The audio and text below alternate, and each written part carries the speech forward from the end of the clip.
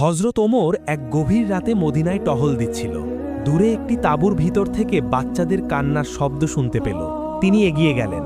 সেখানে এক মা তার ক্ষুধার্ত সন্তানদের শান্ত করার চেষ্টা করছিলেন। হাঁড়িতে শুধু পানি ফোটাচ্ছিল। শিশুরা ভেবেছিল খাবার রান্না হচ্ছে, কিন্তু বাস্তবে ঘরে কোনো খাবারই ছিল না। মহিলাটি কষ্টভরা কণ্ঠে বলছিলেন, আমাদের এই অবস্থার খবর যদি শাসক জানতেন। আড়াল থেকে এই কথা শুনে খলিফা ওমরের চোখ ভিজে উঠল।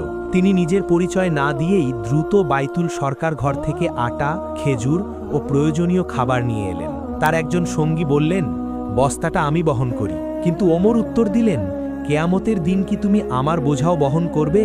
এরপর তিনি নিজেই খাবার রান্না করে খাওয়ালেন ওই শিশুদের। ক্ষুধার্ত শিশুদের মুখে হাসি ফুটতে দেখে তবেই তিনি ফিরে গেলেন।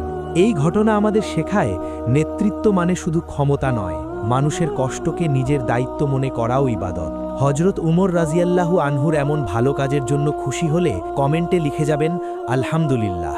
এমন দ্বীনি ইসলামিক গল্প ও ইতিহাস জানতে সাবস্ক্রাইব করে রাখুন।